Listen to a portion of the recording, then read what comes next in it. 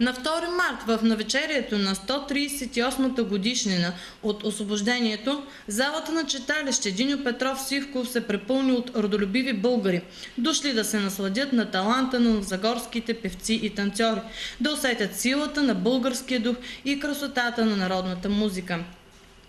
Сред присъстващите бяха кметът на община Нова Загора Николай Грозев, народният представител Галя Захариева, заместник-кметовете Светла Стоянова и Ивайло Ленев, секретарят на общината Веселина Транова. От името на кмет слово по случай 3 март произнесе заместник-кметът Ивайло Ленев. В него той засвидетелства общата почет към героите, отдали живота си за родината и подчерта, че в летописите ни има страници, които винаги ще ни изпълват с гордост. А споменът за великите моменти ни дава самочувствие и осмисля нашата национална идентичност. Той призова присъстващите да бъдат истински българи, да носят в сърцата си безграничната признателност към тази велика саможертва и продължат да пазят и отстояват делото на предците ни. Днес се навършват 138 години от деня, който сложи край на една тежка освободителна война от османско иго. На 3 март 1878 година една империя призна свободата на нашия малък, но корав народ. След 5 века робство, след бунтове и въстания, след славни битки и чутове героизъм, завършва процесът на възстановяване на българската държавност. България е отново на политическата карта на Европа. България отново има своя знаме, свой герб, свой парламент и армия. Ние имаме българска държава. 3 март е историческа победа. Незабравима дата свещена, чака на столетия. Българското освобождение беше жадувано, изстрадано и извоювано от хиляди мъченици и герои. Пътят на свободата ни започва от хайдушките пътеки, минава през нелегалните комитети на Левски, през безпримерния героизъм на борците от Априлското въстание през 1876 година, през кървавата Шипченска епопея и всеотдайността на славните български опълченци, през героизма на руските, белоруските, украинските, румънските и финландски войници, отдали живота си за свободата на българската свобода. Борба повсеместна, в която участваха с перо и оръжие монаси и свещеници, учители и родолюбиви занаятчии, търговци, селяни и граждани, устремени към изгрева на свободата. Уважаеми дами и господа, от името на кмета на община Нова Загора, господин Николай Грозев, и от името на цялото ръководство на общината, ви поздравявам най-сърдечно с националния празник на България 3 март.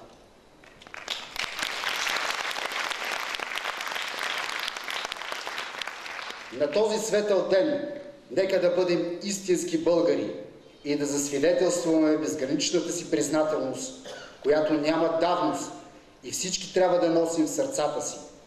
Да си спомним за кръста, който носим, за вярата и борбата, за книжовниците и будителите, съхранили духовното ни богатство и запазили огъня на националното ни възраждане. Да сведем чела пред подвига на свидните жертви за духовно и политическо освобождение на България, за да продължим към чистите и съкровенни простори на свободата с знаменития призив на апостола. Да живее България!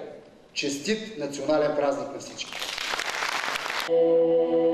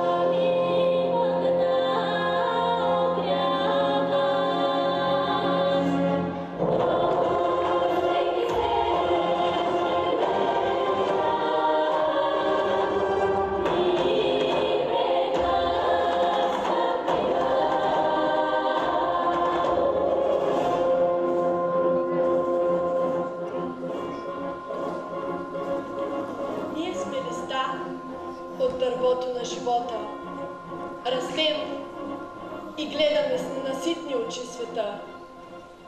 Ние сме хора.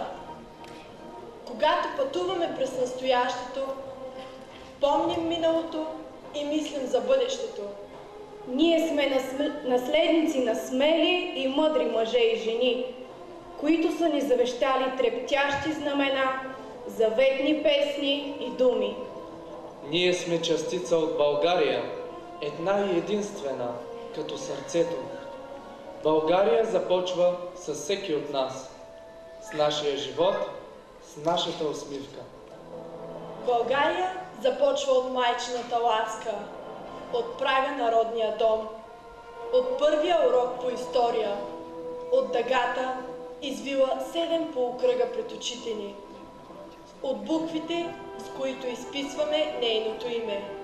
Живеем, заслушани в приказката хилядолетна на своя народ. И нека роденият последен помни. Малка е моята родина, шепа на брани, нагънати шарени черги от ниви, тъмни въртопи от планини.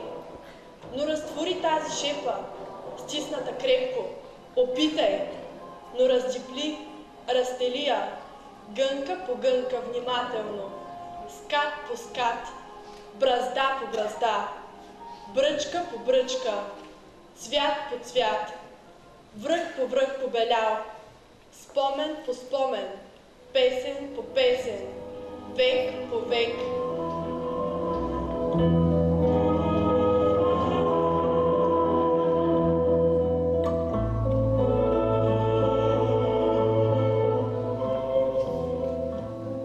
И ще видиш тогава как неизбродна, безкрайна е тази шепа препълнена, моята малка родина.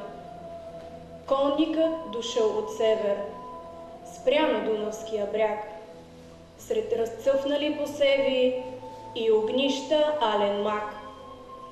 В погледа му зеленее, разлюляна равнина, сребърна на юг светлее, горда стара планина.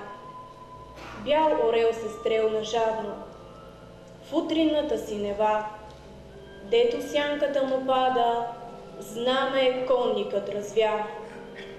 После слезе той от коня, сред зелените жита, шепа суха пръстотрони и докосна я с уста. Хубава си, моя нова натежала равнина, бяла като град орлова, ясна като стремена. Мои внуци тук ще тичат, ще ми бъде тук дома и с любов ще ти наричат Аспарухова земя.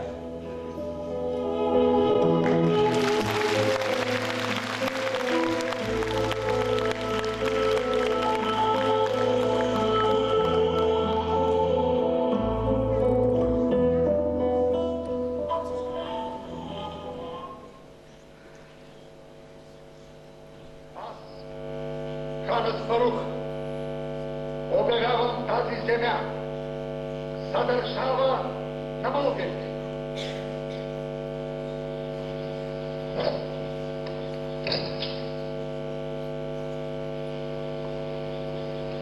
И нека тези, които идват след нас и носят нашето име, и обичат, и пазят.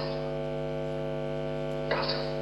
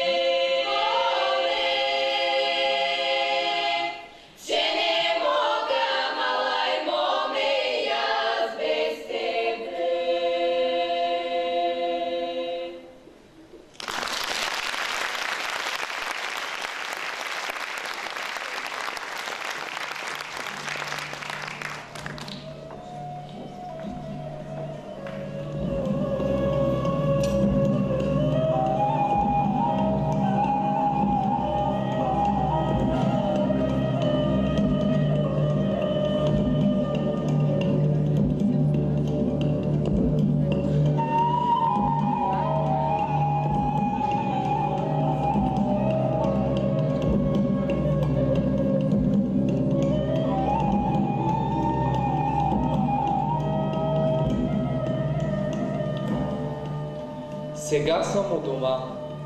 Наоколо планини и върхове стърчат. Гори високи, диви шумят. Потоци кристални и пенливи бучат. Живот кипи на всичките страни. Природата отвред, като майка нежна съща. Напява ми песни, любовно ме прегръща. Сега съм у дома, в сърцето съм на Рила. Рила, най-високата планина в България.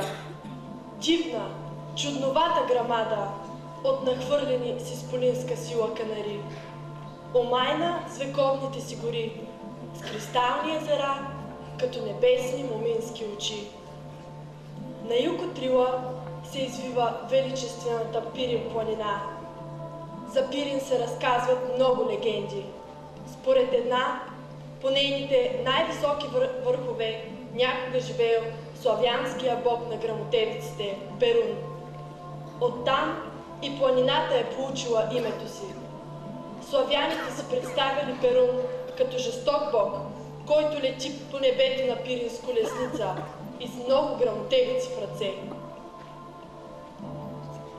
Народният поет Иван Вазов, вдъхновен от нейната красота, възкликва: хубава е нашата Пирин планина. Какви високи върхове, покрити цяла година със сняг. Какви зелени долини, какви страшни борови гори, какви дивни хубости.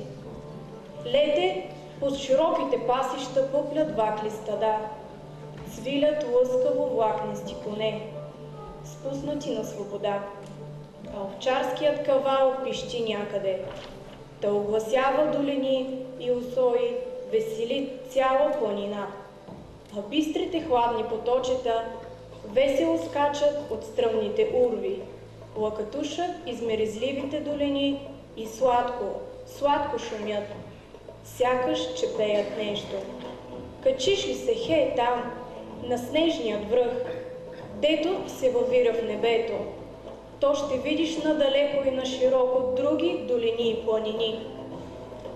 И Струма, и Вардар, и красните картини на Македония, а на юг върховете светогорски, за тях бяло море. А погледнеш ли нагоре, ще видиш Бога.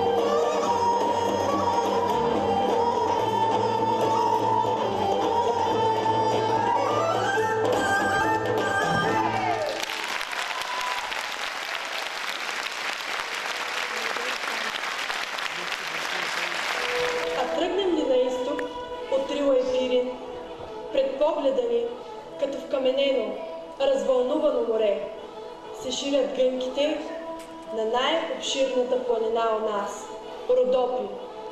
Чудно красиви са Родопите. Богати са на пасища и гори.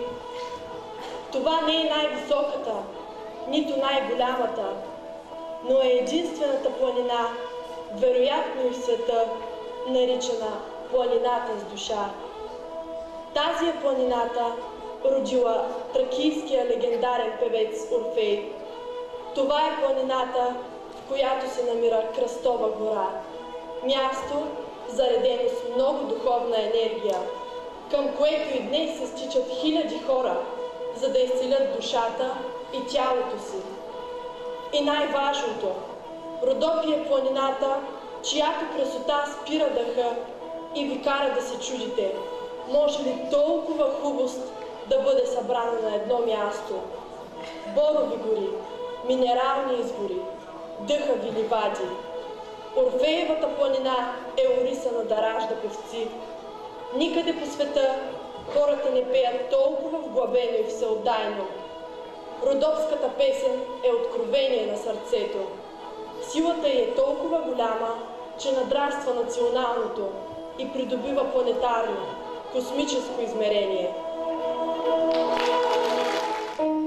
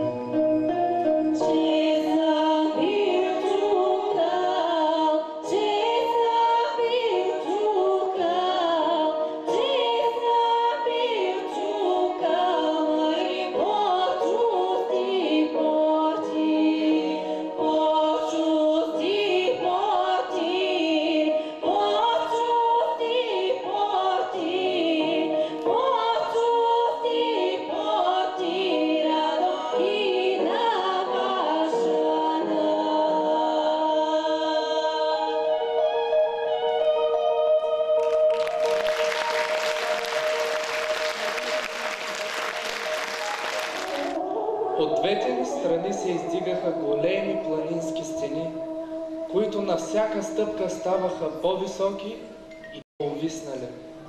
Слънцето, което едвам се показваше, позлатяваше техните космати върхове. Един чист, хладен, сладостен въздух, размесен с миризмата на горската чубрика, вливаше неизяснимо наслаждение в гърдите ни. Усещах, че се подмладявам в тая прясна девствена природа, пълна с толкова тишина и хармония. Реката в бели, пенливи водопади и скокове се хвърляше из стръмните си брегове, гърмеше, ехтеше и пълнише самотията с дивата си мелодия. На места из зелените шубраци и лещаци се смееха стръкове от пресни малини, сладки като устните на девойките. Пустата стара планина, зиме и лете, все пълна. Зиме е пълна с овчари, лете с млади юнаци. От всяка бука и юнак, до всякой камък и байрак.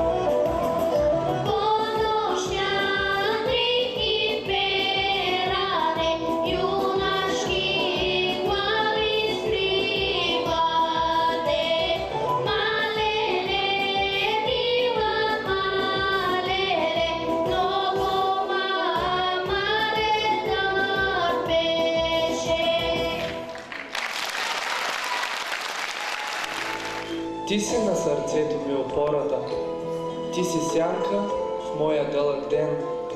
Ти ме връщаш винаги при хората, силното ти рамо е до мен. Ти си настрахила страшен клетвата и на сирма твърдата ръка. Сълзите на стара майка клетата, в теб извира чистата вода. Нека твоята песен да се пее, буен вятър клони да люлее и юнаци винаги да има, пролет ли е или люта зима. Ти, Балкане, сянка величава, стара песен в моята душа, твоята хубост и снага корава, как ми трябват и сега.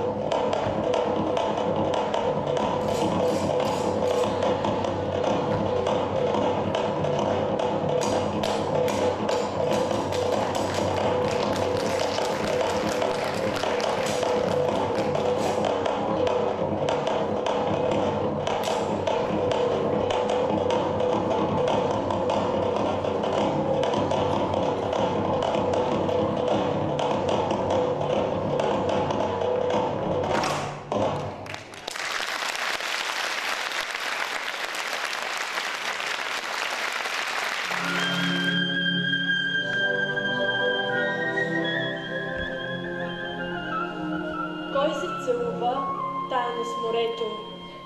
Кой носи огън, огън в сърцето? С Дунава весел, кой се люлее? Жетварски песни, кой звънко пее? Добруджа, Добруджа бяла, с розови чудни страни. Добруджа, Добруджа бяла, с влюбени черни очи. Щом добруджанка песен запее, вятъра клони, клони люлее. Слава я слуша, слуша унесен. Ех, добруджанска, слънчева песен. Добруджа, Добруджа бяла, с розови чудни страни. Добруджа, Добруджа бяла, с влюбени черни очи.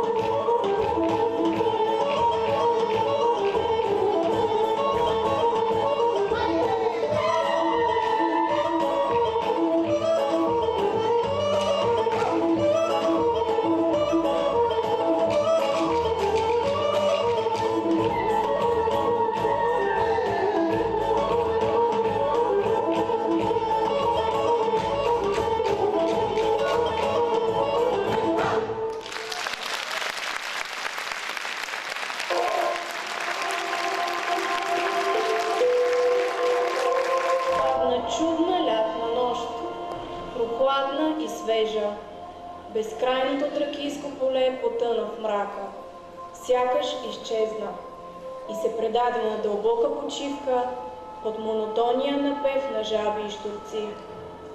Мир и ведрина повея от дълбокото звездно небе. Земята отвори страстните си гърди и замря в наслада. Веднага в тъмнината се поде гъст, сладък и треперлив глас и заизвива тъжна, прочувствена песен. Думите, като пъстри и миризливи цветя, се изплитаха на венец, занизаха се една след друга и с безкрайна болка се спущаха в поток от звукове. На Тракия, сред звучните нивя, безбрежни златокласи, душата безметежна се унася. И аз вървя, милуван от вълните на плотни равнини. Сред родните поля звъни утехата на дни честити. На Тракия, сред звучните нивя.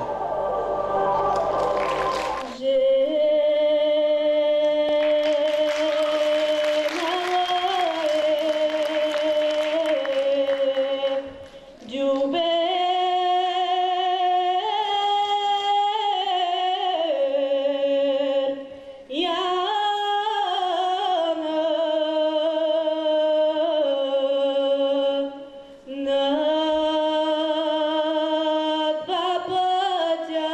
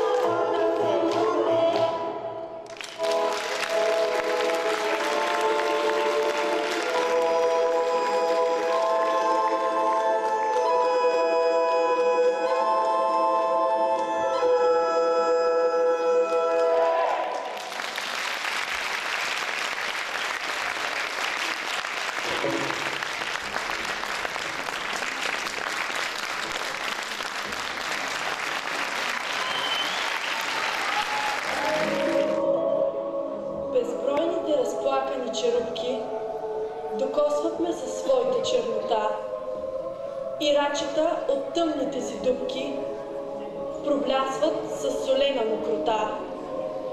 Студена сол нозете ми изгаря и пяна в дланта ми се топи. Вибрират побелели морски пари, с вятър хладината им изпил. Как искам да съм с милите зелени, но тръгвам умълчана към дома. И милите си тръгват, сякаш с мене, с мен си тръгва топлата вълна. Сега разбирам, в топлите ми длани е сгушено соленото море. В сънищата мои разлюляни, то бърза да се побере.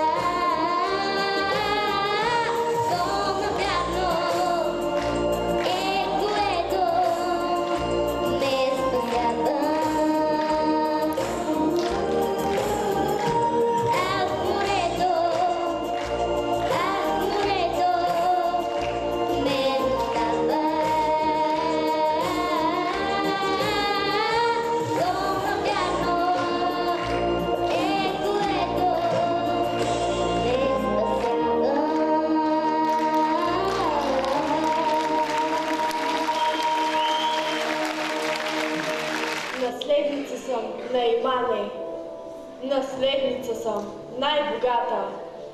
Милионите на друг се падат, а мои са само трите цвята.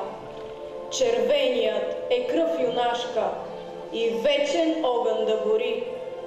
Сълзите на войнишка майка и мак в полето да цъфти. Зеленият е шир безбрежна, поле за обич и за труд. Момче момиче да поглежда и птици волно да летят. А белият е цвете бяло, усмивката на младостта, достойна старост посребряла и мир за моята земя. Наследница съм на Имане, наследница съм най-богата. Милионите на друг се падат, а мои са само трите цвята. Върви и не спирай по пътя си, велика майко.